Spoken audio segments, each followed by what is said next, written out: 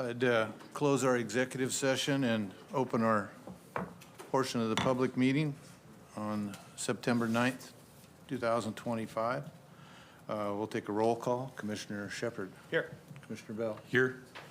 Commissioner Briscoe's here. So the commission is all present. See, we've got our advisory committee meeting schedule.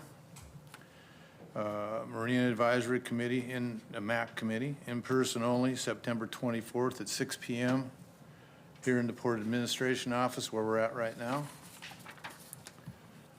We've got the Bellingham International Airport Advisory Committee, the BIAC, in person and Zoom, October 2nd, 2025 at 4 p.m. You can join by Zoom and it's on our website.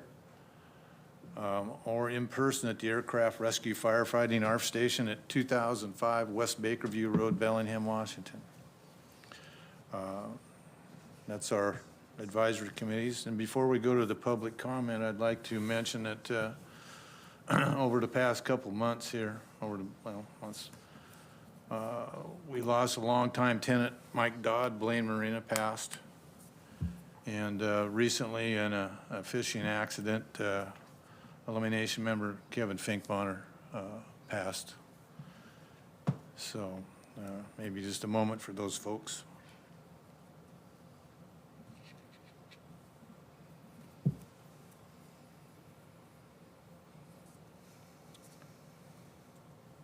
Okay. One more thing before we get going here. We had Mr. Zach Whitney here from Rivian last time. They're putting in some charging stations over here, and I'd like to kind of apologize for the long-winded conversation. We're happy to have you come and do things on port property and put chargers in, and we're very happy to have Rivian investing their time and money in that. I think it was a long-winded conversation. It was kind of pointed at certain things that shouldn't have done. So I would apologize for that and thank Rivian for sending those people and putting the chargers in. Thank you. And we'll move on to our public comment. We've got two folks signed up. Mr. Dan Tucker. Good evening, Commissioners. Dan Tucker with the Working Waterfront Coalition. Good to see you back, Bobby. I hope the season went well. I know we've heard mixed reviews from folks, but I hope yours was good. Wanted to just pump a couple of upcoming events. First being the Slammin' Salmon Social that's happening this Sunday down at Northline at the Fairhaven Shipyard from noon to 4 Sunday. They're going to have live music. They're going to be giving away from some free pink salmon. There's going to be some contests, I hear, and tours of the building that's going to be getting renovated and done some work on to bring that back into a processing center. So if you're able to make it, we'd love to see you all down there. Sea Feast is coming up September 27th and 28th. We also hope to see everyone there. And the evening of the 27th at 6 p.m. at Beach Cat Brewing, we're having our Fish Tales and Ales story hour with Fisher Poets. So if you love to hear fishermen telling their stories or poems or songs that they've created about their experiences in the commercial fishing industry, please come down and enjoy that with us at 6 p.m. at Beach Cat on the 27th. Take the bus line down there. Take the bus line to Sea Feast, Route 47.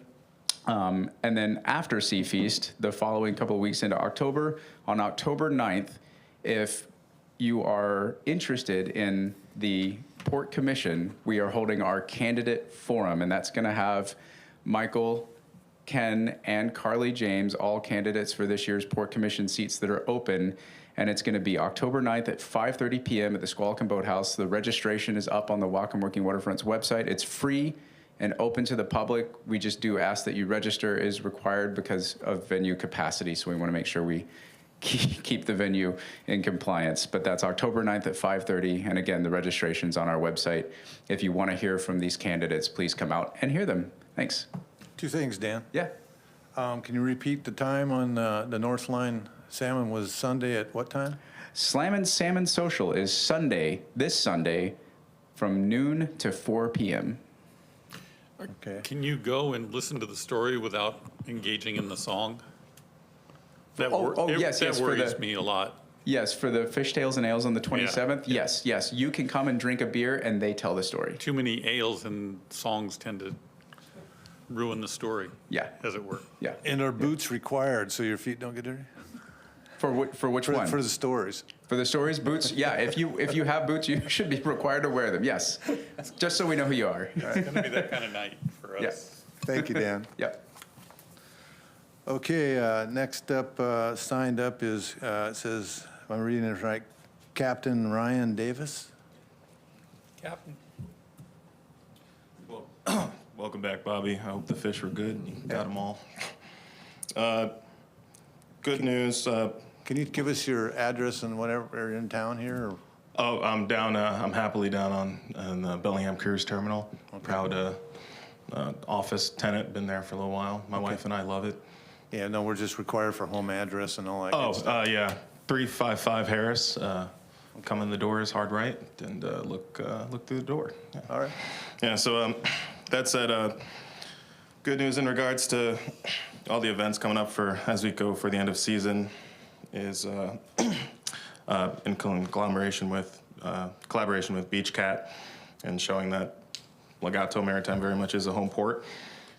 We have done a release which we hope to keep going, not just for the ship, but just in terms of training. The Legato Beach Cat Brewing Legato Firecat Red Lager, and proceeds from this sales support the Maritime Career Task Force law, fire and boat safety training, and the marine trades education. So 100% of that will go towards, just going to write whatever check comes from that and get it to the foundation. So that's what I'm about. That said, in terms for my ship, Mokuahi, we were here in Squalicum Harbor. That was great. I hope anybody did a drive-by to see it. We had moorage, we had the Buoyant Beginnings aboard, did some fire safety training drills. I had the captain for the fire department come by from Salish Sea, is about it. And then we went off, and as to be said, we were beginning to start our route for canoe journeys this year, and did a demo up in Lummi Nation, because they're a primary supporter for it. They graciously helped with fuel, and we're writing a check back to them. So they didn't have zero to have our ship included. But in terms of coming back, getting down into Squalicum Harbor is a hard dock to get into with my 110-foot long, 3.5 draft ship. It's kind of a narrow maze. And when we pulled out, there's winds, and I didn't think it was safe to get there, and I didn't know where I could safely put the vessel. So that's where I'm at in terms of, she's not going to be here all the time, but she's going to be here some of the time. And it just starting the conversation in terms of there's I talked with Joe Spencer, and he said, I can always give him a buzz in terms of if I'm in emergency to dip off for an emergency dock. But that said, in terms of for my fire support vessel and for the port to come through, and y'all are talking about having shipping and coming through here, what happens when a tugboat and barge need to deviate? Where do they go? Because if I had known if I could be allowed to go to the Bellingham Cruise Terminal as just a temporary option, then I would have. But it's not known, if that makes sense. So that's what I have. Just starting the conversation. That said, I'm gonna take my Firecats down to Olympia for the next bill, meeting with the fire commissioner in terms of utilizing my vessel as a primary strategic asset for Puget Sound. So we're gonna keep going on the mission, and we have mortgage. So thank you. You've described to me at length what your mission is. Can you kind of give me a 30-second answer 30-second. about what you plan to do with the boat and why you want it here? Okay, just as much as there's, I believe, 18, a range delta 50 million in terms of shipping that comes through the terminal and destined for more. I hope it's hundreds of millions. The short skinny of it is she's a fireboat, just as much as she was Pearl Harbor's fireboat for 30 years protecting shipping cargo. She's planned to be a fire support asset that can be a quick responder, moving at 22 knots out to the San Juans and Gulf Islands. But in her side time, be utilizing with the Buoyant Beginnings and Whatcom Working Waterfront Coalition for training for fishermen, anyone that's interested in the marine trades. So this is a fire trained vessel as well? Correct. For fighting fire aboard? Correct. Fighting fire aboard vessels? Correct. Like today I just went up to the closest station, Fairhaven Station, and talked to Captain Stevenson about the mission and how it usually operates. And the quick and dirty is, just as much you have an admiral that goes on board an aircraft carrier and he takes control. If there's a fire, God forbid, Columbia goes up and it's a 5-alarm. The crew that's at the Fairhaven, there we go, there it is. All right, the crew that's at the Fairhaven station come down in the truck, and they've already been previously trained on all of her systems. And the captain or lieutenant, whoever's in charge of that crew, steps aboard, and then they take command of the vessel. They are the operational captain, and then it's my job he tells me where to go, and I tell him what the ship's capable of. And that's the standard on talking with battalion chiefs from here all the way down to the Columbia River Valley. Okay, Yeah. thank you. Yep, thank you. Do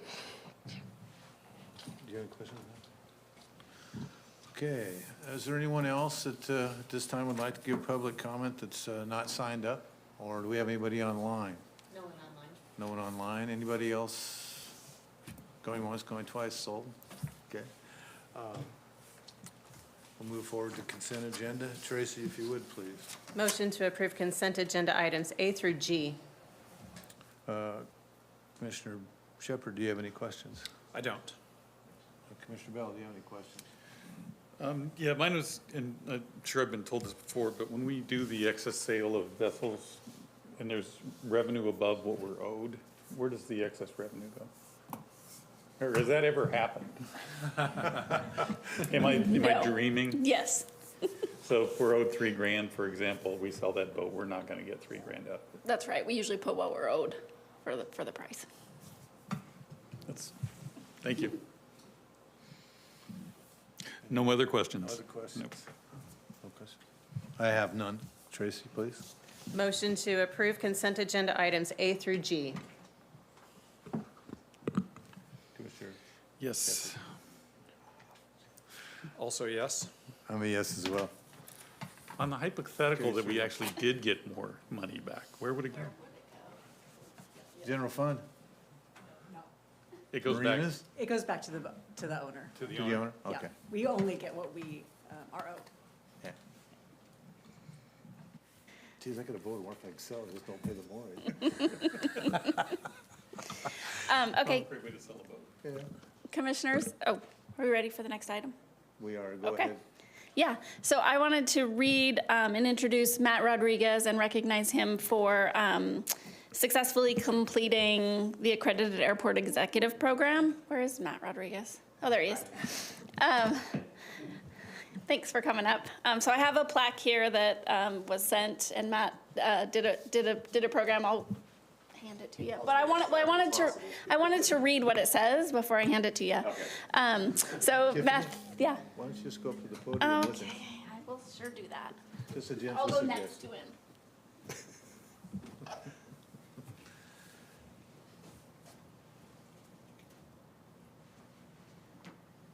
So Matthew Rodriguez, who having successfully completed all academic requirements as prescribed by the Board of Examiners and having met the other professional requirements of this association, is hereby certified by the Board of Directors as an executive member in the American Association of Airport Executives and is granted the designation of accredited airport executive. Just want to say congratulations.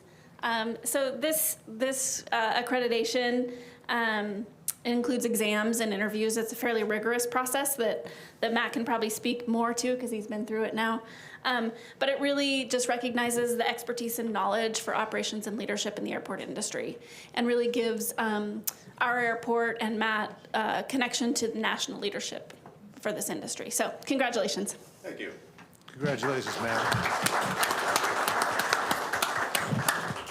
Thank you, Tiffany. Matt Rodriguez, Airport Director at Bellingham International Airport, and I, appreciate you coming up here and acknowledging this for me. So, if there's any questions regarding the accreditation itself, I can more than answer those. Yeah, really great work, Matt. Yeah.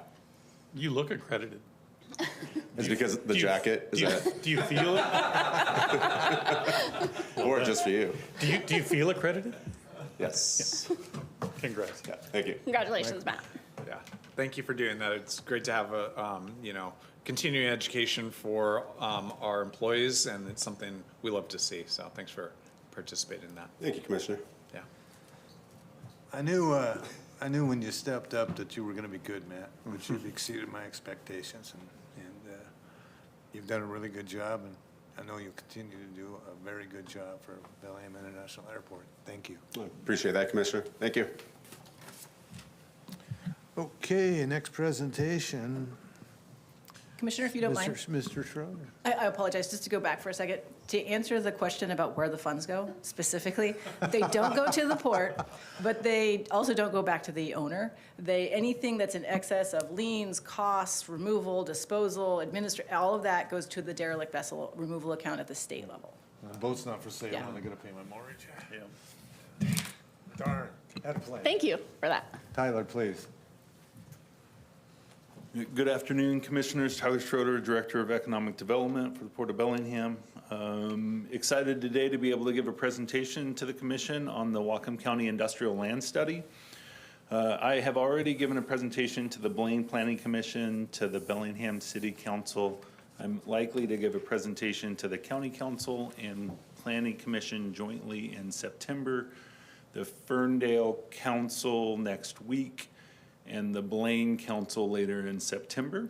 And so want to walk through the findings in the industrial land study, give the commission some background, and would love to hear some input and some ideas about next steps and just some thoughts that the commission may have. So just a scope of the contract, as I started as Economic Development Director, I really kind of came into the discussion thinking about industrial trends, zoning, and recognizing that the city and the county are going through their comp plan process. A lot of that work historically has been focused on housing, and rightly so, because we have an affordable housing issue at hand. But also we need to start talking about high wage, high demand jobs and how to continue to grow those. So starting with a baseline of the industrial lands that are available to think about how to appropriately develop them for those high wage, high demand jobs. Was really the high level vision to the scope of the contract and work that Mull Foster Alongi has done in the last 7-8 months. So in the contract, it was to identify the industry trends and influence how industrial lands has been developed historically, how industrial lands is used in the county and where it's available, if industrial land supply is adequate to meet to accommodate the anticipated demand under the EIS and comp plan growth scenarios. Discuss infrastructure investments that must be prioritized to support pad-ready development sites. And I think as Commission knows, and you'll see this is an important one to put into context. And then think through some potential areas available for rezoning to support industrial growth and regulatory modifications. The port, as Commission knows, really doesn't have or participate that much through the comp plan process, the comprehensive planning process. But being the ADO, the Associate Development Organization, also the tri-funder, it is an appropriate spot for the port to guide some economic development strategies with the city and the county. So the report layout was to identify the sector trends, really assess key industry sectors in our county, look into the data about how those trends are influenced and how those industries use the land. Provide an understanding of the current industrial land use by assessing historical building trends and related land consumption and how much industrial zone lands remain in Whatcom County in the 7 jurisdictions. Develop a land analysis, so analyze the quantity and quality of net developable industrial zone lands in the county and the 19 industrial areas, and we have a few maps that I'll walk through later. And then do a reconciliation analysis. So that balances the anticipated future industrial land needs with the net developable lands in the county.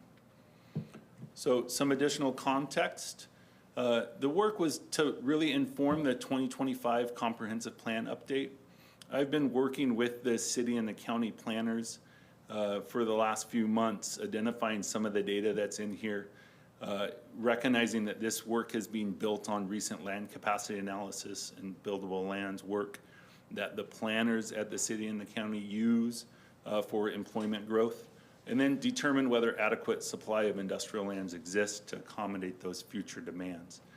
It was really quite well received at the city council meeting, and I have some discussion points that we can talk later about some of those ideas. So just a little bit more background. The comprehensive plan from the city and the county look at employment growth scenarios. They look from 2023 through 2045. If you look at the middle column, it recognizes the alternative 2. That's the county-city scenario, and it's anticipating approximately 32,000 jobs over that time frame. But when you break it down to industrial versus non-industrial, approximately 8,500 industrial jobs in Whatcom County and the cities. Can I get a clarification on what they consider non-industrial? Is that mostly public sector or hospital? Where are they seeing the growth in that coming from at that level? Yeah, that's a good question. So in the right, you'll see that there's a metric observation from the technical report. And what we did is use the existing jobs capture. So currently today, 26.1% of all of the jobs in Whatcom County are industrial of nature. And so then you can break down, and I have that breakdown later on, what sectors, what types of industrial jobs those are. But I'm asking about the non-industrial. Yeah, so the rest of the non-industrial would be service jobs, retail jobs, would be office jobs, would be professional services, attorneys. Any particular sector that stood out in the non-industrial that was going to be heavily impacting job growth? You know, the one information I would have to analyze, and I didn't do this for this report, is the breakdown of the 74% of the yellow on that pie chart or on that bar chart. So I didn't look to the other employment. For this study, I only looked at manufacturing and industrial employment because of the high wage, high demand jobs, and really because that's the focus that we have moving forward. So this is the breakdown of how many jobs are anticipated in that 30-year time frame, or 20-year, excuse me. When you break those allocations of jobs down, you'll then to each individual city and UGA, you'll see the percentage of total job growth or the percentage of industrial job growth in each city. So all the way to the right, you'll see that it's anticipated that Bellingham will see 62% of job growth in Whatcom County. From an industrial standpoint, based off that job capture, they'll see 45% of industrial job growth. It'll be quite interesting to see if that anticipated growth is what comes out to be reality, especially as we look later on in the presentation to the cut sheets, because I think Bellingham does have some work to do to make land available for industrial manufacturing jobs. The port properties are definitely an asset for that, and we can talk later. But the other areas that are industrial zoned are fairly already developed, and I think we'll need to find some additional land base to be able to get that 45% of industrial growth in Bellingham. But what will likely happen is you'll see larger growth in industrial in Ferndale, in Blaine, in Linden, because they have some more land available for that, for job recruitment and for expansion in those locations. And we'll talk a little bit later as we get into it. So there's 19 different industrial zoned areas in Whatcom County. This is just a high level map that shows the different cut sections I'm about to walk through. I am hopeful that we're able to walk through those cut sections and then go back to them and answer any questions that commission might have. But we break them out to Cherry Point, 2 in Ferndale, Grandview in the Ferndale Industrial, Blaine Industrial, and you'll see on the bottom right, the Bellingham areas are broken out as well.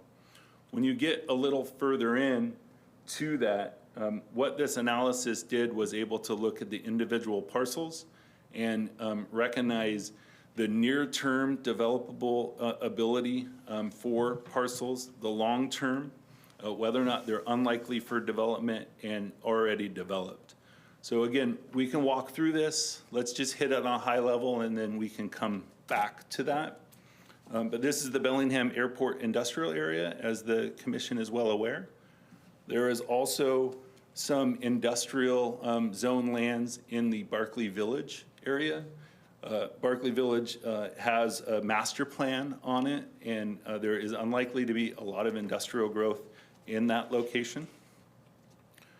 The Bellingham Cordata Guide Meridian Industrial Area, this is going north on Guide Meridian, just past Walmart. There's some unincorporated areas that have industrial zoning.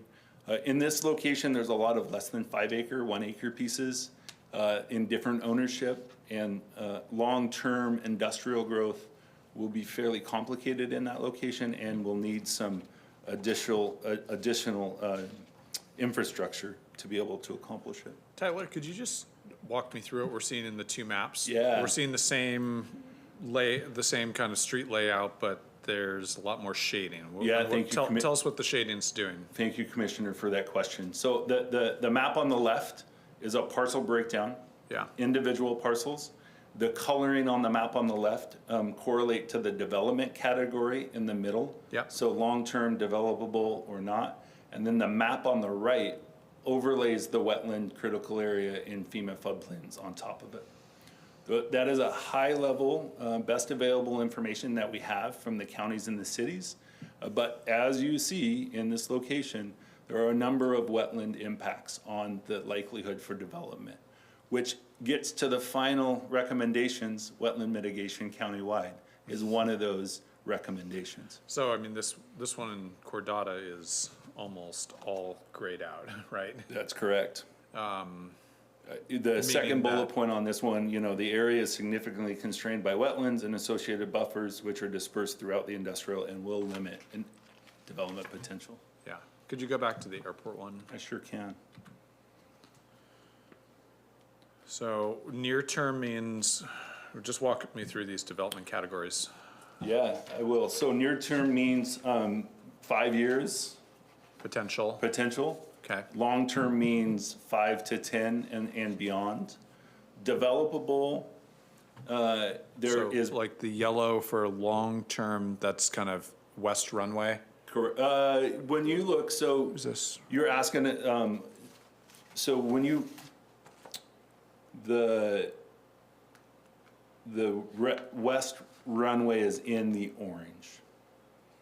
And so you're pointing out a situation on these maps that because it's one parcel, we had to identify it as either near term or long term. Okay. On the airport parcel, as the commission's aware, there is some development potential, whether it be D14, or whether it be on the west side of the airport, where there's some industrial growth that can happen with some infrastructure.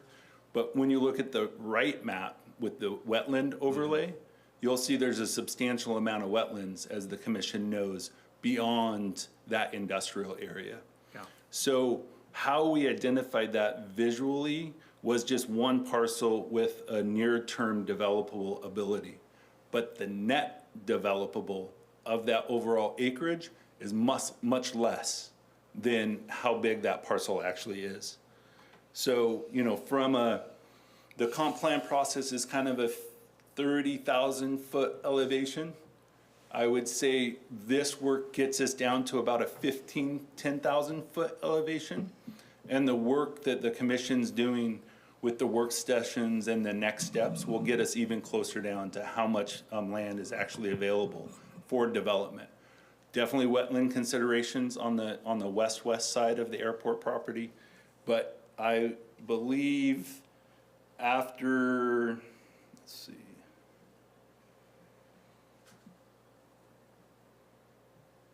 approximately 61 acres for near-term development with this work that we've done. So going from 260 acres down to 60 acres, and that could go a little further down from there. So how we're trying to show that is in the other charts on the right. And you'll see that there is net developable acres. And one of the tools at the end of the presentation that we'll get to, you can see total acres and then net all the way down to be able to pencil all the way down to how much acreage is available when you identify wetlands, critical areas, infrastructure that's associated with it. Yeah, so this big number here of the unlikely, the 130, that's substantial amount of the overall total Yeah, property. correct. So the unlikely, the yellow on the far left is the DNR properties. Those are quite wetland locations. And on the north is the Lummi Nation property that Lummi Commercial Company is working for. Those will be developed. They're just likely not for industrial and manufacturing.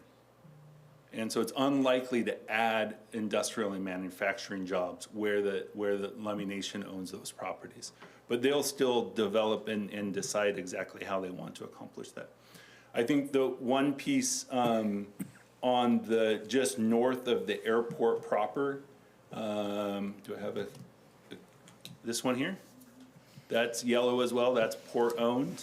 But is fairly wet as well. And so I think we need to think through exactly how we could develop that with wetlands in mind and see where that goes. But I believe as we talk through the airport strategy session, we're going to be focusing on kind of a phase one, the existing properties in the binding site plan that are ready for development, look to D14 and then move to the west.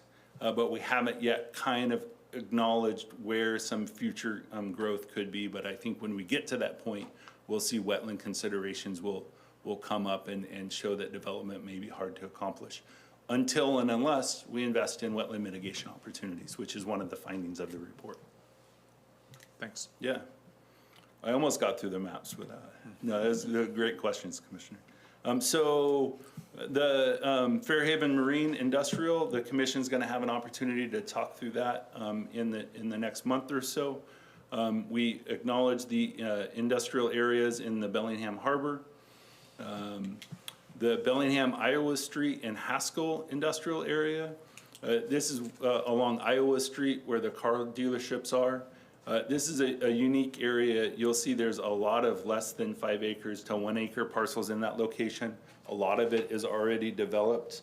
There can be, and I chatted with the city council a little bit about a strategy for business expansion at those locations, but there's not a lot of long-term, large industries or manufacturing opportunities in the Iowa Street and Haskell Business Park industrial area. This is an area, the Bellingham Iron Gate Industrial, an area that has opportunity. There is a lot of already existing developed locations or smaller lots where businesses can grow into, but less than, say, 2.5 acres. But if you see on the north side of the Iron Gate Industrial where the Rust area is, those are near-term developable for industrial with some infrastructure improvements. And so one of the conversations at the city council was how do we use this study to unlock the ability to have industrial growth at those locations on the north side of Iron Gate and where it goes. And when we get to the findings of the report, the port taking leadership and engaging the cities on CURB grants, on economic development grants to really unlock the ability for industrial growth is one of the recommendations. This is the Marine Drive Industrial. The Rust area is the vacant property that's currently owned by ABC Recycling. There's approximately 10 to 11 acres of developable lands in that location. The yellow areas are existing industries. Shown as unlikely, just recognizing that those industries are already there and unlikely to leave in the near term. And then there's development that's really been already accomplished at that location. For the port commissioners to consider, the Marine Drive Industrial Park is developed. I think thinking through a strategy for what long-term investment into the Marine Drive Industrial Park looks like will be an opportunity. The Orchard Street industrial area, this is just north of the hospital, down where the existing, I believe, Lineage facilities are, food processing, cold storage. A lot of these areas is already developed. There is a fairly good, larger than 5 acre vacant property that can see some industrial growth. But again, nothing more than 10 to 15 acres at that location. Might be a good, no, go ahead. I'm just curious as to how you can call areas that are completely covered with wetlands developable. So which parcel are you looking at I'm here, just, Commissioner? anywhere in the middle of that section, you see it's all blacked out. Yeah, so you'll see that the area where the blue goes across is the FEMA floodplain. The black is the wetland consideration. The level of analysis from the wetlands is at 15,000 square foot. So it's taking best available science, but it's not taking actual wetland delineations, knowing how much land is available with buffers and wetlands in consideration. So how I like to acknowledge that is if it's a 10-acre piece with wetland layer on top of it, it likely has 2 acres of development. And that's the net developable opportunity, which is shown on the right. So you'll see that there is, those are identifying the net acreage that's there. And we'll get further in, it kind of breaks that down to see. But the rust area that is near-term developed has a small polygon of the wetland, but most of it doesn't indicate wetlands, which means it has a larger developable areas when you're looking into wetlands. But all of these questions about wetlands are super accurate because the #1 recommendations is wetland mitigation to unlock industrial zone lands. You're just going to keep saying that. I know. We have enough industrial zone lands. We don't have enough industrial zone lands that are ready for development. When you take wetland mitigation, when you take freight corridors, and when you take infrastructure. And that's going to be the outcome and the recommendation at the end of the study. This is another great example, the Slater Northwest Avenue. So the yellow areas here, I've indicated that we've, through MFA and the work, indicated as unlikely for development. Those are publicly owned parcels for wetland mitigation. The city owns those, and that's where their wetland mitigation bank is. The port also owns some property in that location, as you're aware, and that are constrained with wetlands. And so although this area shows, approximately 160 acres, maybe even larger, let me find the map, the net developable is much less, especially when you indicate the infrastructure that's in location. The Blaine industrial area, I had a great conversation with the Blaine Planning Commission. Blaine is actually looking to rezone some of their urban growth area into manufacturing and industrial. You'll see that the rust color here is a good conversation. This is approximately 30-acre piece. They're going through wetland permitting through the U.S. Army Corps and Ecology, and they have about 8 acres available for development. So although it's developable in the near term, the total acreage is 30, the net developable is only 8. And that's a good opportunity. You'll see the rest of the parcels in that location have really been developed. So just east of that piece where my clicker is, the Blaine Council Planning Commission are considering expanding the manufacturing and industrial east of that location to be able to accomplish a more developable industrial lands. And the report recommends to support that work.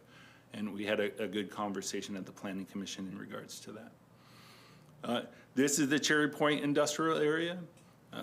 You know, some circumstances around Cherry Point, you'll see that for this report, we acknowledge the land holdings by BP and the land holdings by Phillips 66 to be developed.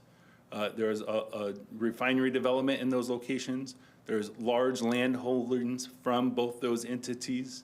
Without input from those entities, we're not aware of future expansions in those locations. And so we didn't include any opportunity in this study.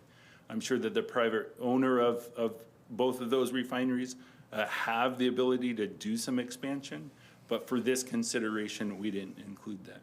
We did include for near-term development the old Alcoa plant.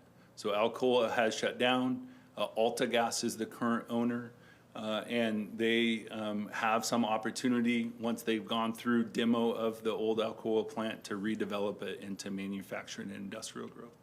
Really, the recommendation for future development in Cherry Point would be from that Alcoa plant north up to Grandview in non-water dependent manufacturing industries in the heavy impact industrial area. A great location for some of the clean energy alternative concepts to be located there because it's large land holdings, still needs infrastructure, so that is a component that we can talk through. It doesn't have sewer and stormwater. It does have freight corridors.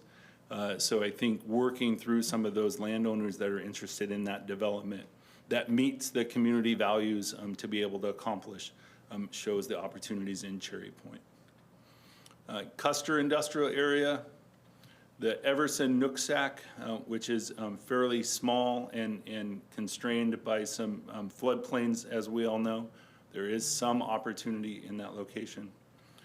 The Ferndale Industrial Area, and I will be at the Ferndale planning or the council on Monday of next week. And really, I think we're going to focus a lot of discussions on the Grandview area.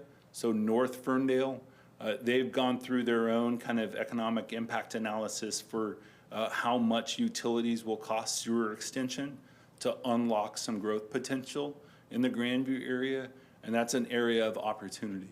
There's some area outside of the Grandview location where there could be some expansion of manufacturing and industrial lands with a balance to be able to expand our industrial zone locations, especially as the city looks to extend water and sewer into those locations. The Guide Meridian rural industry, and then Sumas. Sumas, as we know, the port has owned some industrial lands, actually done the infrastructure improvement, unlocked them for development, and now has moved on from ownership.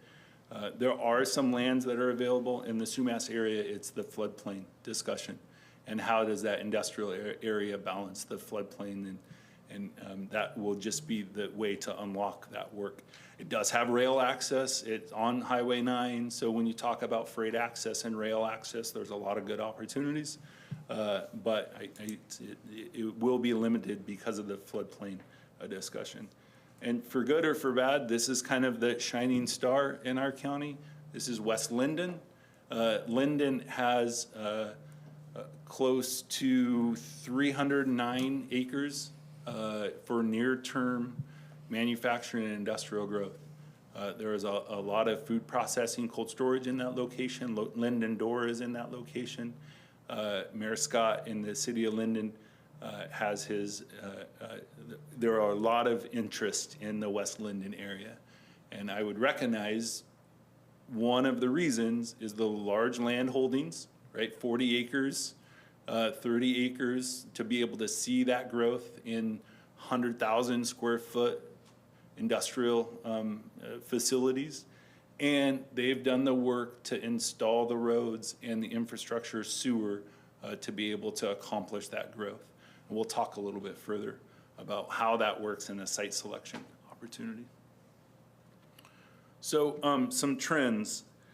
So when you think about West Linden and you think about why like that becomes the shining star, what we talk through in this report is both from a corporate standpoint and from a consultant standpoint. So what we mean by that is the business site selection trends and the consultant that help provide input to those businesses, what factors weigh when they decide to move to a community or to expand. From a corporate standpoint, labor costs is very high. Quality of life is also very high. And I would indicate that Whatcom County, Bellingham has one of the best quality of lives around, so that'll be attractive to site selectors. This is something our community needs to think through. Energy availability is 90% within, so we should work with PSE, talk about how much energy is available in our different communities to be able to attract. When I was at the City of Blaine, they actually are their own utility provider, and so they have some energy available, and that could factor in the development associated with it. From a consultant, energy availability is number one, at the same point of land availability. And when you work through this study, you'll see that we don't have land available for manufacturing industrial growth, and so that's what we're trying to work on with some of these recommendations. The other things I just want to acknowledge is the responsive state and local governments and expedited permits are both very high on that list. So working with our partner agencies, the city and the county, through a clear and consistent regulatory process for permits and to be responsive to it is a very important consideration. So these were, when we did the background study on the existing industries, we just pulled out some of the large target industries. We're all very aware of the maritime boat building, ropes, netting, engine repair work that our community has. Recognize that the food storage, cold processing, from fish to berries to shellfish is also makes our community very attractive for those types of industries. There's a large part of supportive manufacture, energy from solar to the battery companies to alternative vehicles.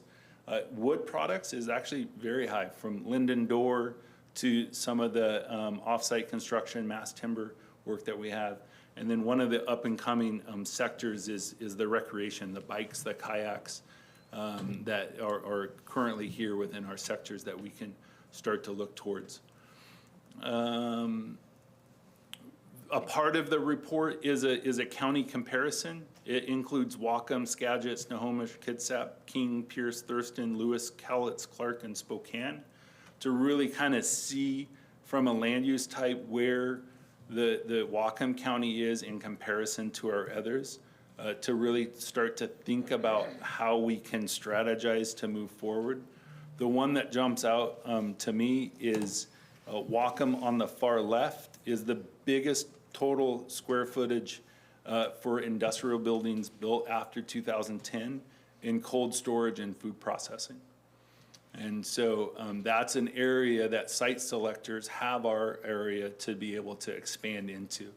I think from the fish to shellfish to the agricultural commodities grown in Whatcom County, it would really be able to help multiply affect that local economy as we add some new cold storage and food processing work.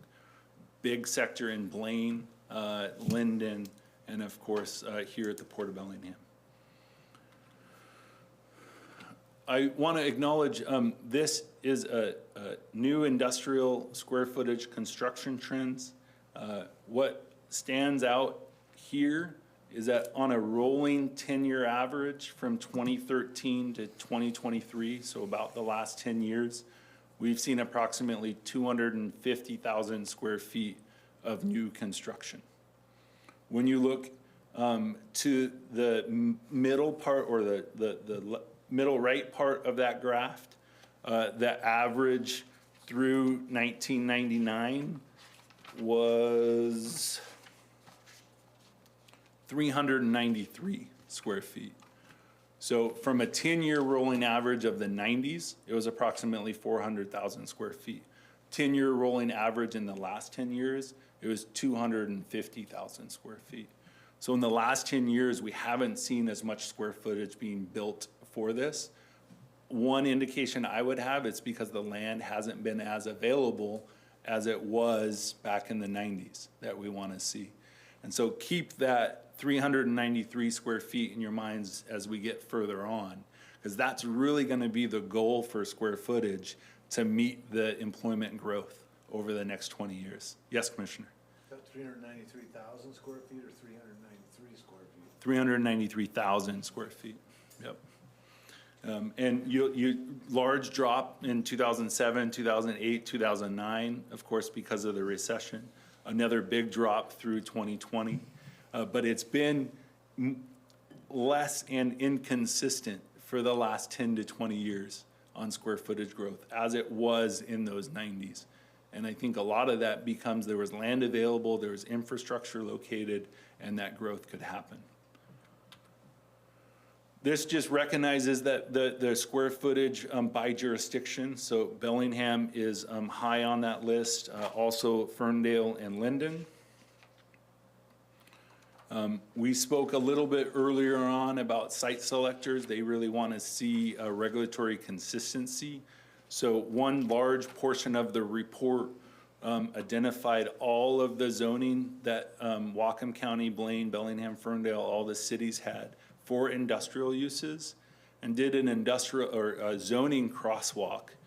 I was going to include it in here, but it'd be 50 pages in itself because each city has a different industrial zone that allows different industrial uses. Most of the time they're from 20 years ago, uses from 20 years ago, not uses that are what the actual economy and the industries are moving into. And so one of the recommendations is to really work as the cities and the counties to clean that up, have it more consistent. And the Bellingham City Council actually recognized that, and staff, because in Bellingham you have existing commercial allowed uses in industrial areas, and a lot of the industrial zone lands are made up of commercial, meaning gyms or other professional services, instead of high wage, high demand manufacturing and industrial jobs. And so this city has recognized that, and they've indicated that they may be looking into that in the near future.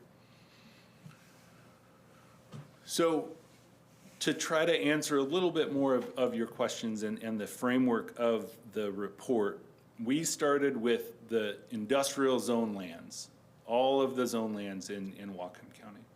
We then identified the critical areas, the publicly owned lands, the lands that are already developed, and established which lands may be developable moving forward.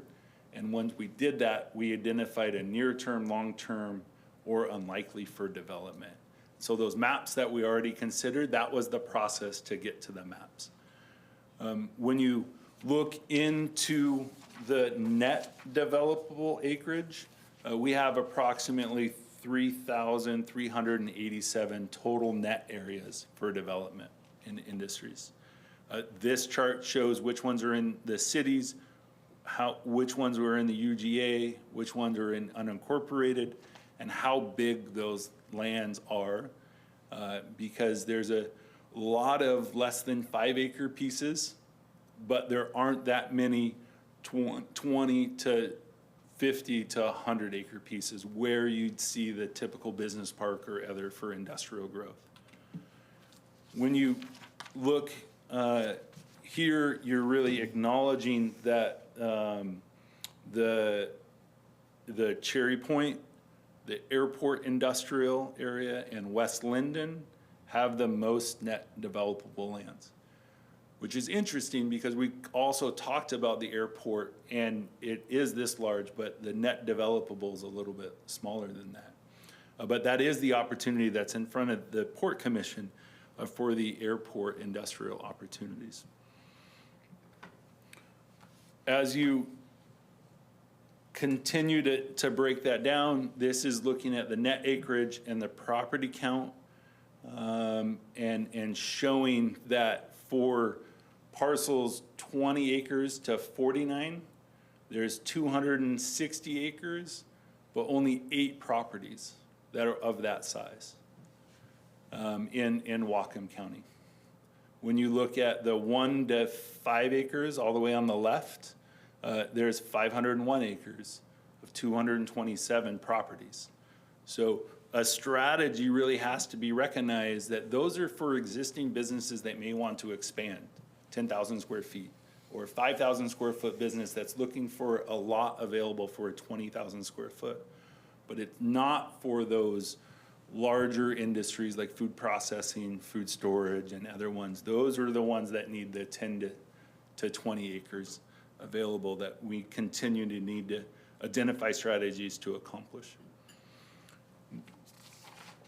As we went through this process, MFA, the consultant, really started to think about freight corridors and proximity to I-5, because those are also very important for industrial manufacturing. And so these are properties that are both along a freight corridor, fully served by utilities, and within a half mile of I-5. Again, the Bellingham International Airport or industrial area and Ferndale have the most near and long-term acreage available for it. The Ferndale, Haskell, Park, Iowa have a significant amount of 1 to 5 acre pieces that will see that expansion, but maybe not recruitment. So when you rise back up and think about the summary of land inventory, there's approximately 2,431 acres of net acres on 395 properties. Industrial lands along freight corridors, that goes down to 1,300 acres out of 246 properties. And industrial lands along freight corridors and fully served with infrastructure, you go all the way down to 485 acres and 130. And so at 485 acres, that key profile of land doesn't meet the 782 to 900 acres that we will need to meet that growth projection. So we're short, give or take 200 to 300 acres of lands on freight with infrastructure to meet the growth projection for those high wage, high demand jobs that we're looking to recruit. This just kind of overlays the report findings. The one I want to call here is that for the middle to high projected land needs for those growth, about 402,743 square feet needs to be built per year. And if you think back to the chart that has the trends, we're about 290,000 square feet for the last 10 years. And the 90s, we were at 393. So we need to find ourselves in the next 5-10 years having land available that's served along freight to get back to about that 400,000 square feet per year in industrial growth throughout Whatcom County. In the report, we really kind of recognize a couple of different recommendations. I want to put an asterisk to that because along with my road show to the cities in the county comes input. And so we've identified some recommendations that are at a high level, but we're also getting a lot of input from the cities and the county and the Business and Commerce Committee. And we'll be incorporating those comments into kind of our final recommendation on how to do an action plan to get to that point. But as Commission indicated, wetland mitigation banking or wetland impacts are a lot of the reason why industrial lands can't be developed today. So identifying wetland mitigation banking opportunities is very important, as the Commission has talked in the past. We continue to work with the City of Bellingham on their wetland mitigation bank, but we have some opportunities in that location. Coordinated port with local jurisdiction planning for infrastructure.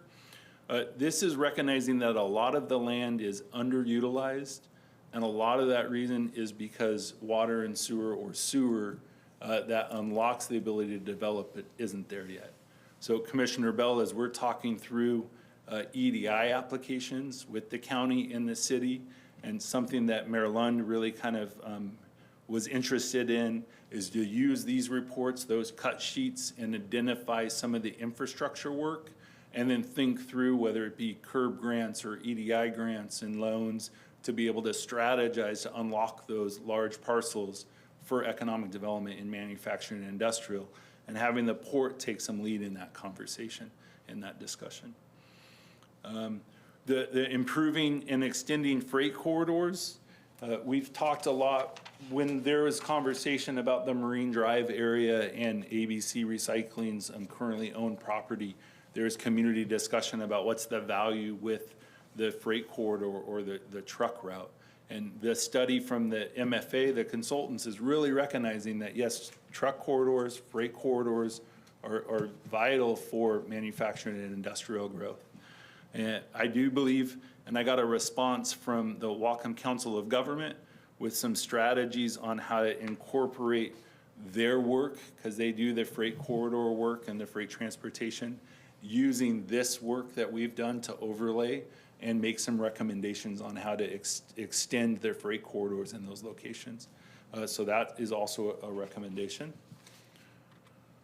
The facilitating regulatory consistency, this would involve looking at industrial zones and eliminating non-industrial uses that are allowed in those locations, as well as categorizing as industrial that don't contribute to high demand, high wage jobs or align with our target industries. So that will take work that the city and the county will have to buy off on and really be motivated to accomplish. But I've had some good response from them. I think also when we talk about regulatory consistency, maybe more important is back to that site selector, which is expediting permits and responsive local government. So as we are strategizing ways to accomplish or tackle the affordable housing issues that we have in our community, we need to take that same effort to tackle and accomplish high wage, high demand job growth so that we can fix that inequality between the two. Because if we're just working on the housing supply and not working on the job growth, that's going to continue to be an inequality associated with it. And one way to do that is to really focus with the cities and the county what types of industries they want to prioritize. And I spoke a little bit with the planning director at Bellingham, who has some ideas that from past jurisdictions, and I believe Mayor Lund is interested in some of those opportunities as well. Land for emerging and growing industries, that's kind of the whole concept associated with this. And then there is the active comp plan process that's going on. I will be presenting in front of the county council, but there are a few city proposed land use changes. So Ferndale it has two of them in the North Ferndale area and the Ferndale Industrial to grow their industrial base. And so this report recommends that we support that work. We also talked a little bit about the Blaine UGA. They're looking to expand into their UGA, and they're recognizing that that is important as well. And then the last one is the Grandview North Ferndale industrial area. And so those are some of the recommendations that are associated with this. So to close, because I've probably taken too much of the commission's time, there is a good Tableau visual that is associated with this report. And I'll just pull it up here quickly. So hopefully quickly. So the links on this are on our website where the report are. This is the county comparison It shows the rental rate, the vacancy rates, the built supply, the pipeline associated with the data that's in the report. And then this is a tool that allows for individuals to really go through and get those questions answered about how large parcels are, whether or not they're developable, what the net acreage is available to it. And you can break this down to each of the 19 different cut sheets. So those cut sheets I showed earlier in the presentation are available online to be able to do some more research through it. That's my presentation.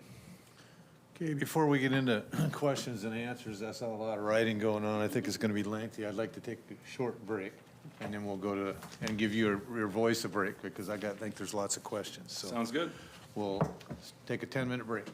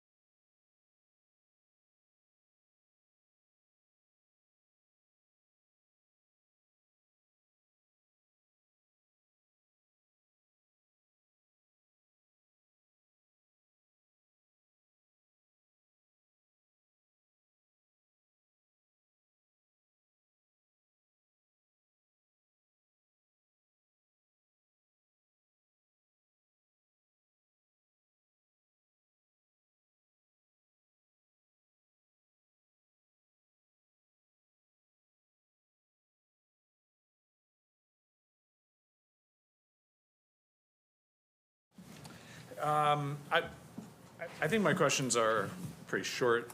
Mostly, kind of curious what reaction you had from business and commerce, kind of, if you could contextualize some of, 'cause it sounds like you've been to a lot of kind of government organizations to share what the findings are. I'm kind of curious, they're much more exposure to our business sector. And so I will be presenting this to the Business and Commerce Committee in September. Oh, okay, it hasn't I happened. have not yet. Okay, And so I too am interested and excited to see where they come from. You know, I gave a presentation to Business and Commerce in June, just a kind of a high level without the findings. And there was a lot of good input on what sectors to really go after. And one of the interesting points that I heard was how important the 1 to 5 acre pieces are for our existing businesses.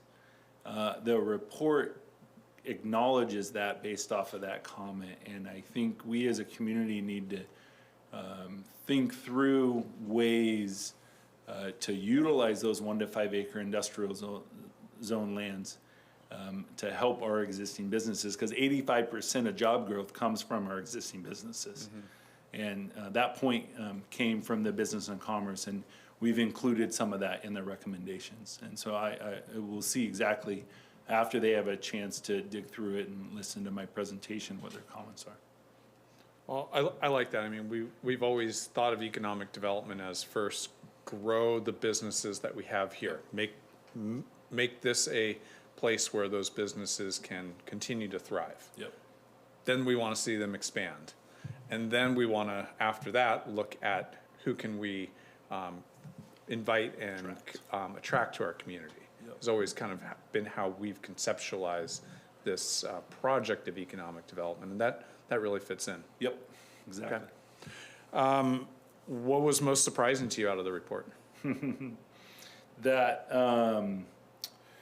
of the industries analyzed, maritime manufacturing was found to have the smallest space requirements per employee.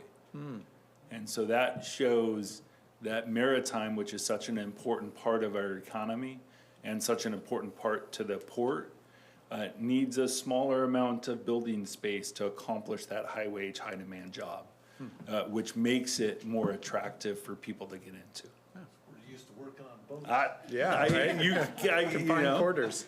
Commissioner, I'm sure you already knew that, but that was an interesting nugget that came out of the report that really showed where the interest in maritime and investment in to do those types of jobs in the high wage makes it pretty attractive. Okay. Well, just last two comments for now. You know, I continue to like anything that positions us in kind of a leadership role for the EDI funds. Yeah. And I really think that's our role. We really understand that territory the best, and it should take a lot of directive from your team. Yep. And the direction that we're able to provide, because that money is really there to have those high impact opportunities come to fruition. Yeah, I appreciate that, and I'll strategize on ways, and we didn't speak as much as some of the port-owned industrial lands, just because we know them, and this was a little bit broader, but like I said about the Iron Gate area, I think the waterfront district, I think, the ASB opportunities, the Fairhaven opportunities, there are a number of port projects as well that will weight very high in that overall county priorities for those EDI funds, because we're able to deliver the jobs that come along with it. Great.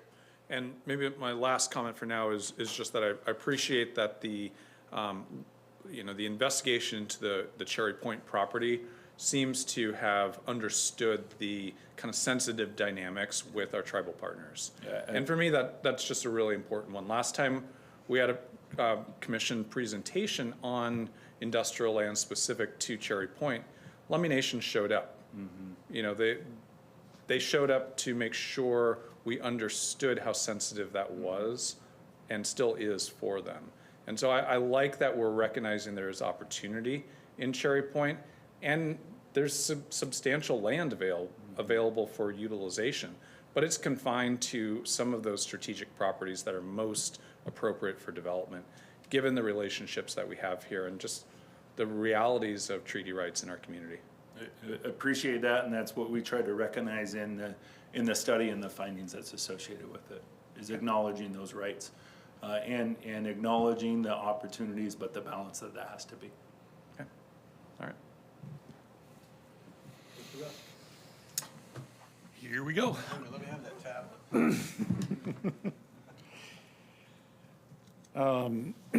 Where do I start? First of all, I'm going to start by acknowledging, it's kind of been my hot button that we haven't gone to the EDI funds with a long-range plan. So I echo Commissioner Shepard's sentiment that we really need to be strategic about that and aggressive, and have a well-thought-out plan as we go forward with the EDI funds. I'll just go specific to a couple of things. Janeke's got, he's gonna come into play twice here, different Janeke's, but he's got an industrial area on the just off Main Street in Ferndale. Is that in this study as a new developed industrial area? Or do you know? Can I pull the presentation back up? I guess I can probably find that. Are you asking me? I was asking the Veritas group, but I probably shouldn't have been. Siri wasn't kicking in. Oh, we got rid of it. That's okay, but it really is. Okay, I found this on the web for why It's isn't okay. kicking in there. Wow. Wow. Sorry. It was gonna help you out. They're always listening. Yeah, yeah. So, Commissioner Bell, your question is about some land that's owned or going to be developed by Janeke on Main Street and I-5 in Ferndale, kind of where the old Boys and Girls Club is and that land that's behind it. So for Ferndale, we included 2 larger industrial areas. And the Slater to Smith is industrial zoned, and the Grandview area is industrial zoned. But that wasn't. So that does not currently have industrial land use associated with it. So that really goes to my bigger question. Yeah. And I'll go to the airport industrial park as part of that discussion.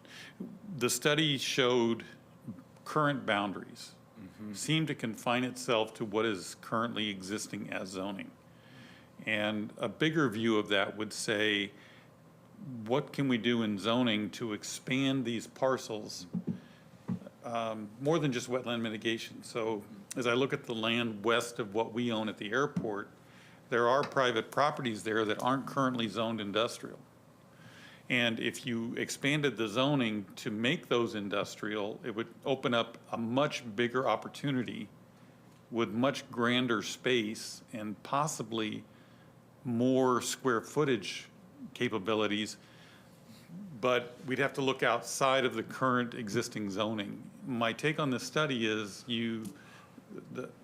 Haley Aldrich really didn't look beyond what current zoning exists today, and didn't look at what potential we had if we went to the extreme, not even extreme, if we went to the extent of saying maybe we need to rezone some of these, like we do in Ferndale for Janeke, or like we do at the airport, I believe, for that industrial park, to create more land. So where does zoning play? Yep, so you're accurate. The study focused on the existing industrial zones, focused on the proposed expansion for industrial zones by Blaine and Ferndale, but didn't go that next step.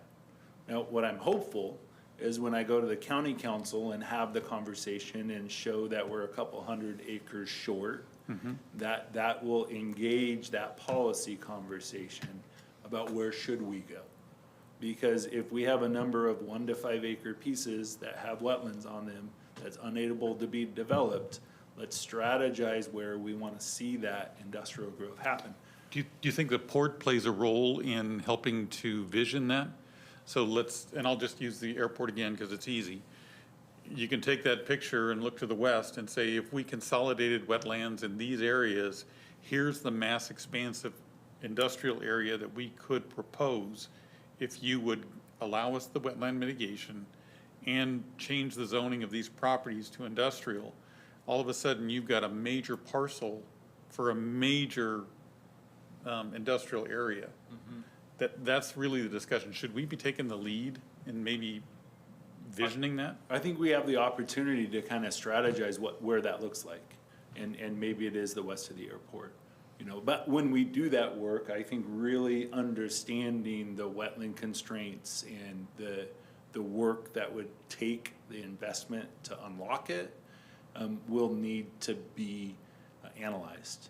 And so maybe as we're going forward with like the west side of the airport business development plan and infrastructure, we can expand that scope just a little bit to take a look at the existing wetland layers, take a look at some of the properties that are around it, and see if there's large contiguous landowners, because that's the other component. When you expand zoning to be manufacturing, you want to find an area that's 10, 20, 30 acre pieces that equal 50 acres instead of 1 to 5 acre pieces with a residence on it. That's my whole point, yeah. So I am hopeful, and if the commission is interested, can kind of pose that interest to the county council to find some additional land through their planning process, and recognize that the port would be interested in looking at the west side of the airport as an example. I think right now where the conversation is that Blaine expansion is the Grandview expansion. And there isn't as much opportunity on the Slater Northwest in the industrial zoning, but that's because of the existing wetland mitigation bank. And so I could bring to the table the airport parcels, because there are some larger parcels. I'm just a little hesitant because of the wetland constraints, but I would need to look into that more. And then I also believe that a good conversation with the tribe about what they're planning to do on Slater needs to be had, because I think utilizing it for industrial ground would create many more opportunities for employment. And I think the fact that we haven't engaged in that is a setback. Yeah, We should, we've had an initial conversation with the Lummi Commercial Company in that location, and I think we're gonna continue to do that. yeah, they've got a desire to move along Cope Road. And quite frankly, when you look at the logistics of the airport and the industrial ground that we've got, if you open up Cope Road to some kind of industrial traffic, you've got easy access onto I-5, you've got easy access to Slater, you've got a possibility for a rail. You've got all the ability to take commercial traffic from the north instead of routing it through and down to the south where everybody else goes. So I think there's some tremendous visioning that needs to happen around that area that could really open it up, and I think the tribe will play a tremendous role in that. And I also think that they have a desire to see that happen.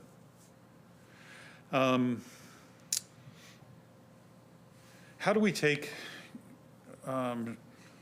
long-term to short-term? Yeah. That was more than just a one-word answer. I just, I was, after we got done with their presentation, I was chatting with some staff, taking what is a pretty dense report, and giving it a presentation to be able to have some action items. But even going to that next step, which is what I hope to be able to do after I go to talk to the Business and Commerce Committee and the councils, and then lay out, like, here's what I heard, here's what the report recommends, and here's the next step action plan that's associated with it.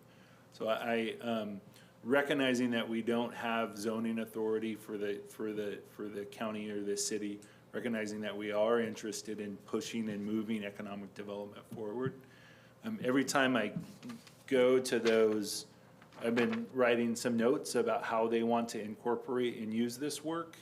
And then we'll come back with kind of here's the next steps associated with it.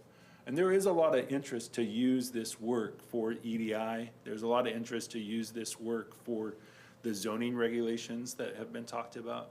But I also need to really figure out, we as a community really need to figure out how do we use this work as a next step to allow for that small business growth and expansion.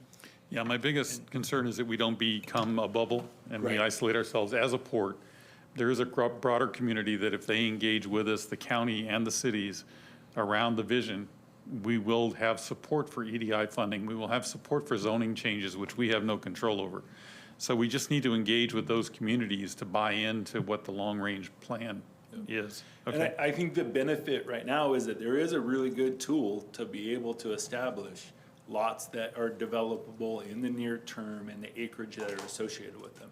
yeah. So if there's a business in Whatcom County that's currently 5,000 square feet that wants to grow to 20, come have a conversation with the economic development team. We'll use this tool to help strategize where that could go. And that's kind of what we do on a daily basis. Yeah, the incredible thing for me to visualize was to go into the Linden Industrial Park. And you, I don't know the names of some of the companies out there that have massive, massive property holdings, brand new. Yep. So they've figured out how to put industrial properties to use. And we just need to get there. It's an incredible amount of work out there. Sumas. My understanding around the Sumas is that there's really one property owner that is holding up a lot of the potential. Is that really the logjam? If you're looking along the rail spur, Yeah, there is one property owner that has a large land owning out there that's along the rail spur. That, you know, if that property owner was interested, there would be more opportunity at that location. I think the floodplain is also an issue that really needs to be strategized before, you know, long-term investment for infrastructure goes into that location. And Sumas right now, just from my background in some of that planning, is looking at what that looks like. Because, you know, they were pretty devastated by the floods from 2021 and through Main Street, through the downtown area. And there are some opportunities up the hill where you're talking about, Commissioner, for some growth. But there's also some GMA constraints that go along with that. So I do think that there's opportunity there. It's actually one of their recommendations. But I think we'd have to do a little bit more research and thought about the floodplain impacts that's associated with it. when you started on the trend slide where you talked about trends and targets in target industries, did the research, was this research limited to what's already existing inside Whatcom County? Did the trends and target industries go beyond Whatcom County to say what's happening elsewhere where we could provide a relief valve? And again, I'll go back to, not to make an example of Janicki, they're gonna build a 185,000 square foot facility down in Skagit County, right? And that came out of nowhere. Not really nowhere, they knew it was coming, but we know that those kind of industries are looking for places to land. There was a period of time when we thought we might be the battery manufacturing area back when Corvus came along. That doesn't currently exist in the county.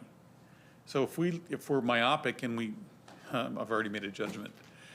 If we look only at what we're currently doing and don't look outside to see where the opportunities are, I think we're missing opportunities to bring industries in. They're on a growth pattern. And I think manufacturing in 2030 is going to be very different from manufacturing in 2020. So just a comment. Yeah, I don't have an answer for you today, but I do recognize that the report, when it looked at industries throughout the region, looked at the different counties. And so let me go back to the report and talk with the consultant about, okay, what does that show if there's a growth sector in Skagit? How would we position ourselves? I don't mean Skagit, I don't want to. Or even a national trend. Or King, but it didn't look nationally, but it did look in those different counties, and so we could really identify those growth sectors in our larger region. and where maybe that could help strategize our airport industrial business development plan. Yeah, if And- you follow investment dollars, Yep, they tend to want to go where jobs are going to be created. Yep. And that may not necessarily be what we have existing. and so we have some of that baseline data that I think we can get to your question fairly easy. Freight corridors. As we talk about the expansion of freight corridors, was there any discussion by anybody on expanding I-5? To make those freight corridors You mean, so we had a truck route that actually went from here to the freeway? so that we actually had a freeway that worked as a freight corridor, right? I'm waiting for the Business and Commerce Committee. Well, I can tell you what they're going to say. Fairly confident that that might come up. But no, what I was encouraged about was the Council of Governments response when they heard the presentation at the small city meeting. And Hugh Conway, the executive director there, really identified some good next steps to incorporate this work into some of the work they're doing. And through the regional transportation plan that I have an update in 27.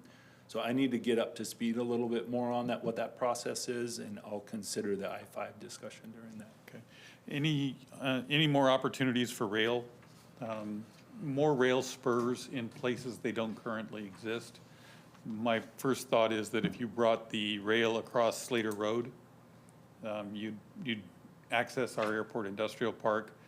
I'm not sure where else rail would make sense, but it is the most economical way to move goods these days.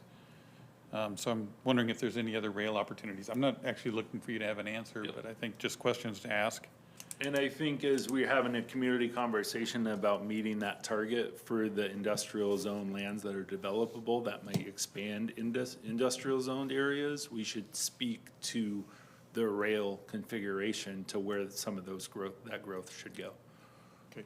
Is there any discussion about industrial lands and their impact on neighborhoods? You know, in this study, Yeah, just in general.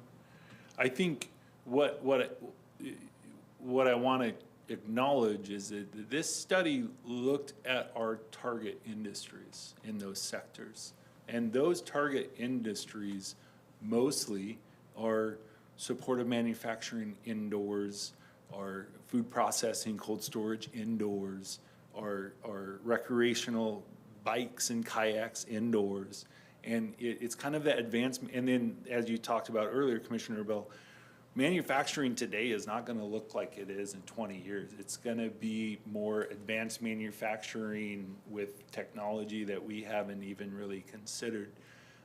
So I would hope that when individuals look through this study, they can recognize that those are the sectors we're actually targeting for that type of growth in mostly indoor manufacturing and advanced manufacturing work, because it provides that balance. Yeah, and when you brought up the slide, the number one for the consultant was energy. Yeah. Clearly, looking forward, that is going to be a tremendous asset if you've got energy availability, and going to work on that. So that's really all I got, and I will pass it on to you. The frog choked you, didn't he? It did, well, it's been a rough week. I got a few, just here and there. So in your comments, in your presentation, Tyler, rezoning in Bellingham, I mean, that was a big question when everybody was excited about ABC Reich. They, we're gonna ruin the town, so to speak. What kind of rezoning are they still discussing, and what do you see them taking any, we're talking about our industrial properties, and that's a good point, is that property out there, a cement plant on Marine View Drive, there's still quite a bit of, on the lots of property, but there's still some property there. And are they looking at pushing that stuff away, or? When I went to the city council, that specific question didn't arise. But one of the recommendations the city has to use this work is to also help inform their annexation plans. And so that is an area that has long been considered for annexation, along Alderwood location. But, you know, I would indicate that the study that was produced recognizes the near-term developable opportunities at that site along freight with infrastructure. So if the balance of type of industrial development there, which is already kind of recognized in the development regulations that the county have, require indoor, require mitigation for air, require mitigation for stormwater, pretty good indoor manufacturing type of facility at that location that would fit the balance between the existing industries and the neighborhood, which is up the street just a little bit. It's shown as an opportunity in this study. Okay. But I'm not aware of a rezoning Yeah, conversation no, I just was, at the you know, that council. was pretty hot and heavy Yeah. there for a while, and I didn't Yeah. know whether they kind of stepped back and reconsidered and looked at different things, or what was going on with the, you kind of talk to those people more than we do. I think there may be an annexation conversation, but that will be in the future. Okay.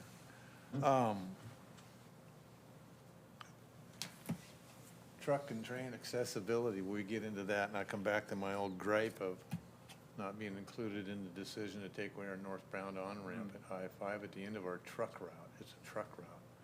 So, you know, if we're to bring in the things we're talking about at the shipping terminal, our trucks are gonna be coming south, they're gonna be going north.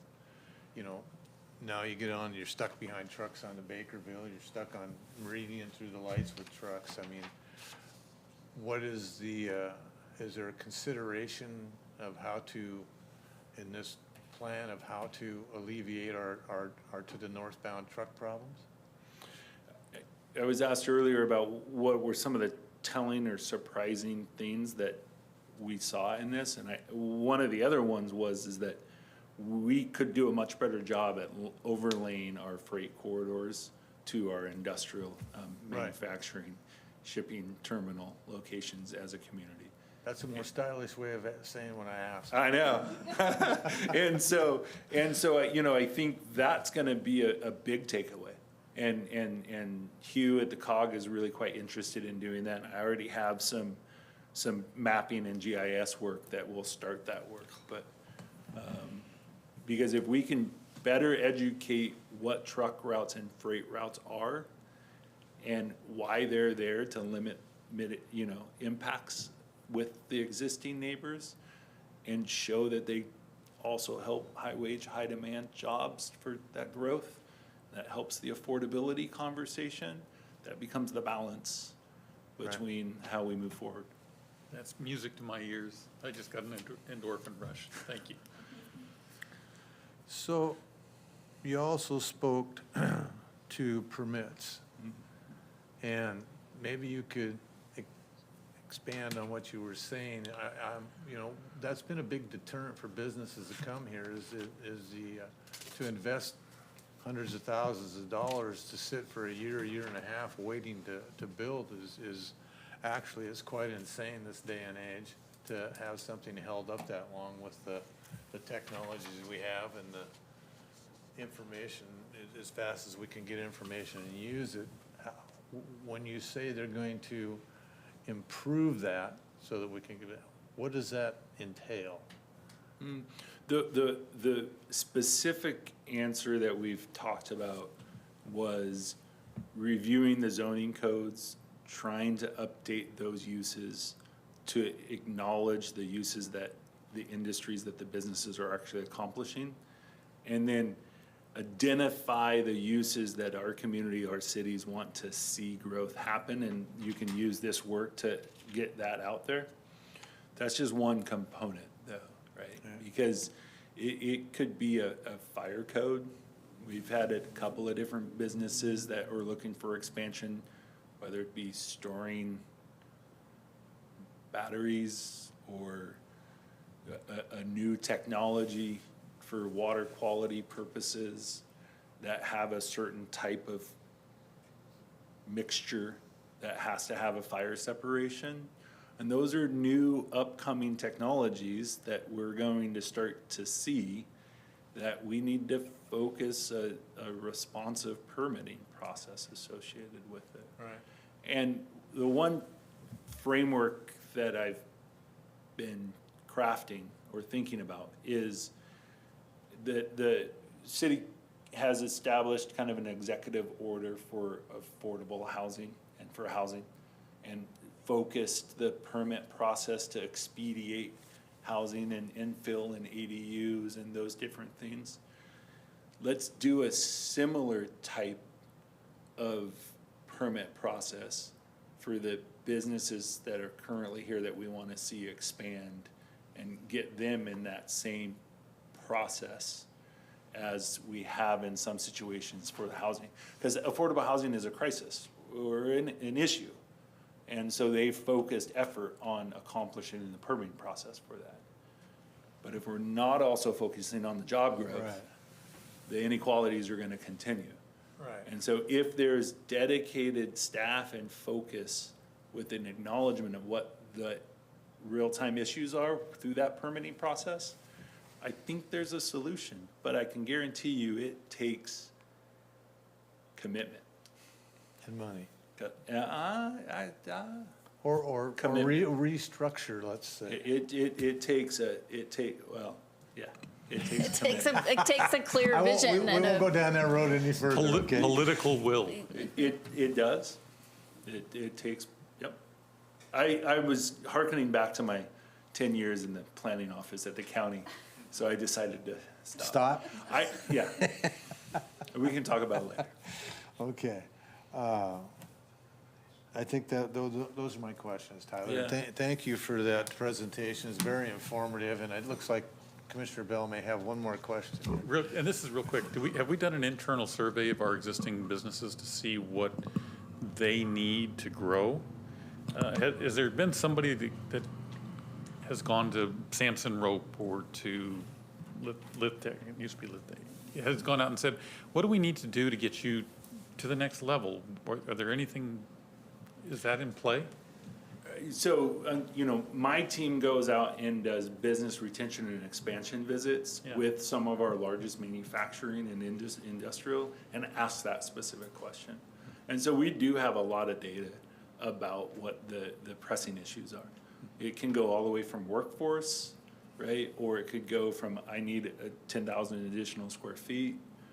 And so, but what we don't have yet, and what I'm strategizing to put together, is more of a document to help show those issues in more of a public ability to push some of the policy. So,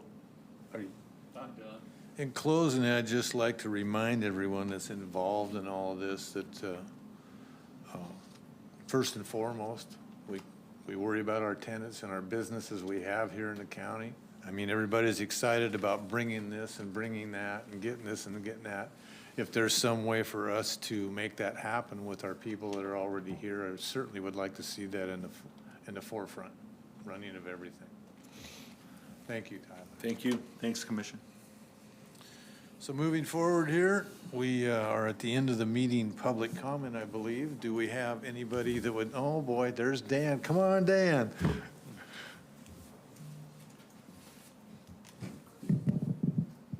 Good evening again, Commissioners. Dan with the Whatcom Working Waterfront Coalition. I wanted to thank Tyler for that, and I just had a couple of notes that I wanted to share based on that presentation.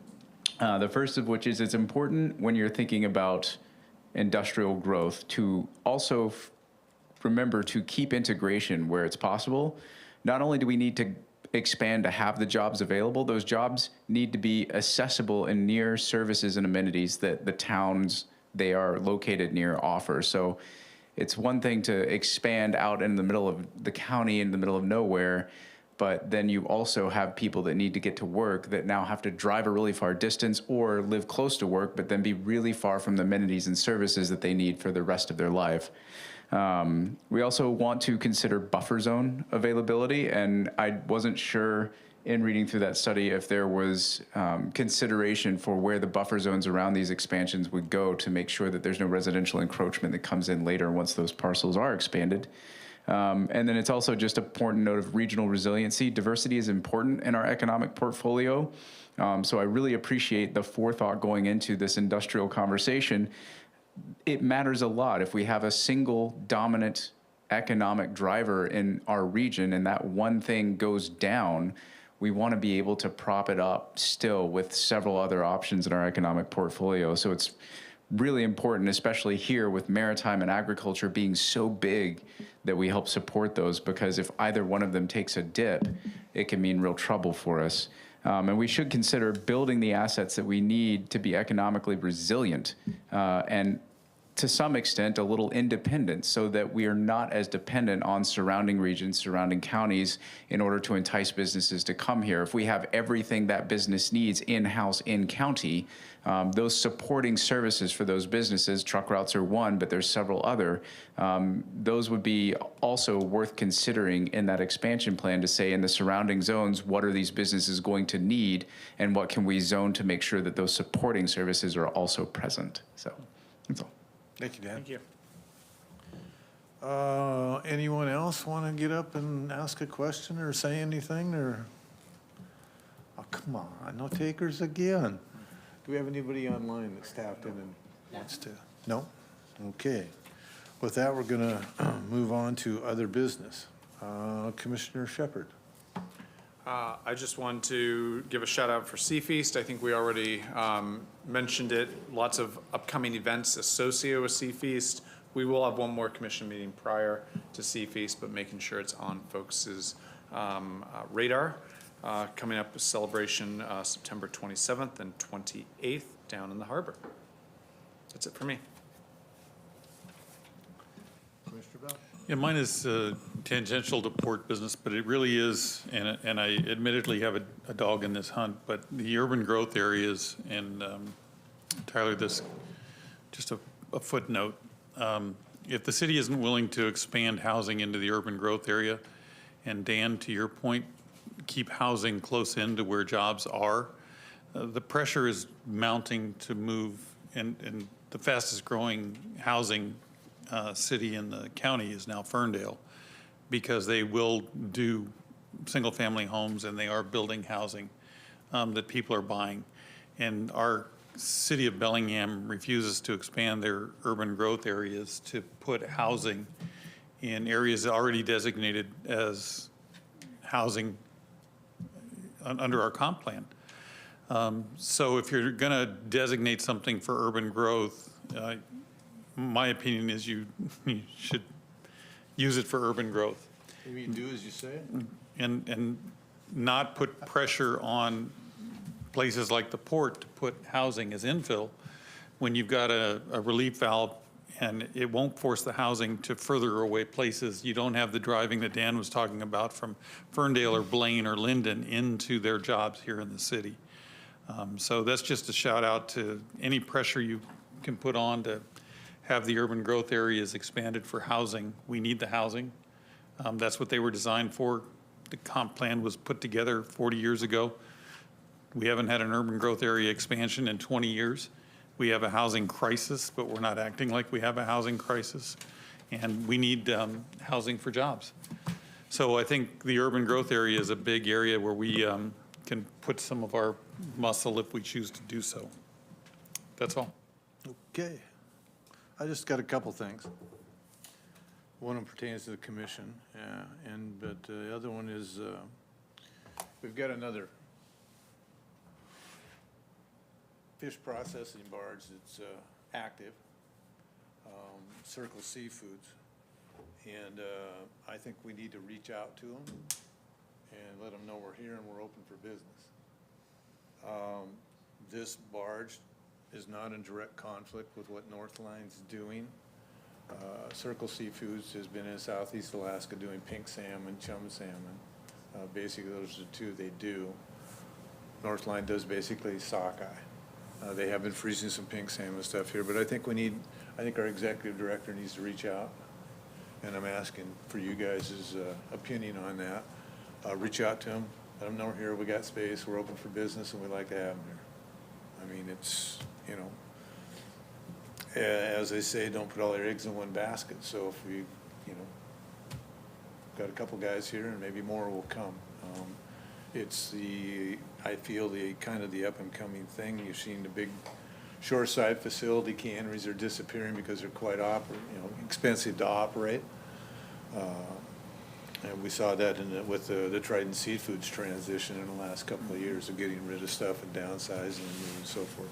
So you know, what you guys' take is on that, but I think we need to, you know, let them know. They've been in Aberdeen, that's where they built the thing, and they don't want to be there, is what my understanding is through the grapevine. They want to be somewhere more like here, like they're at, you know, you're two hours from the highway there for the trucks. So it's quicker here, you've got processing here, you got a cold storage here, you got processing right across the Canada, which you know, these folks are using, and everybody's here is using more processing in Canada today than we ever have because of, one, our cold storage over here changed hands and it's kind of gone sideways. Like I said, it would, everything gets higher, nobody wants to do business there. It's too expensive. So actually, it's twice as expensive to process here at cold storage as it is to process the same fish in Canada. It's exactly where it's at. So business is leaving here. So I'd like to bring some more business. So if you could, I would like you to reach out to those folks. Okay. And just Circle Seafoods is they've got a website and Yep, stuff. So- we'll do it. Okay. The other thing is, when I first became a commissioner, we had pretty stiff protocol at the table here. And we've kind of gotten loose and gone away from things, and I'd kind of like to see us kind of get back to where we're a little more organized up front here, I think. Generally, the way the commission was run is the president, you know, asked if you had a question. If you got a question, you know, you look to the president, whoever that is, and you got a head nod and you ask your question. We're getting kind of informal. We're just reaching for buttons and asking questions in the middle of presentations and things. And I think, I know if I was giving a presentation, you know, I'd be a little bit nervous to start with up there, but I'd certainly like to get to everything that I worked hard on and to present without being interrupted. And we've got pen and pad like we used to some degree tonight for our questions at the end, because it seems like a lot of times the questions we're stopping the presenter to ask it will be answered a couple points down the road in the presentation. So I'd like to get back to that style of a commission meeting if I could. You know, if you don't want to do that, that's fine, but I believe that's probably the correct way to do it, and it's certainly for the presenter, I think it'd be a lot easier for them to give their presentation, and lots of times our questions are answered as they're continuing along. So that's kind of where I'd like to go with our commission protocol, so to speak, if you two gentlemen are agreeable with that. Yeah, I'm not disagreeable to that. There are just a couple of times, especially given the way I think, which nobody understands. There are just times when I can't follow the next line unless I get you'll lose me, and I won't be tracking the next slide. They'll find it. If it's really imperative, we'll let you go. You've not spent any time in here. And that's. So there may be an occasion, if you'll have some grace. There's always grace. I would just like to get back to a format of where whoever is sitting here, it doesn't matter to me, who's a little bit more in control of what's going on, rather than we're just reaching up and speaking and asking questions in the middle of a presenter, or, you know. Yeah, I will say if we go from 3 to 5, that will become more important. When I first became a commissioner, that's the way it worked. If I had something I wanted, you know, I just turn and look, and then you were given the floor, so to speak. We've gone away from that, where everybody's kind of got the floor, and it gets a little bit carried away every once in a while. But I'd like, maybe if we were a little bit more organized, looked a little bit more professional, it would be better for us, I believe. So, that being said, one more time for anybody who has any questions or would like to say anything in the room? Meeting adjourned.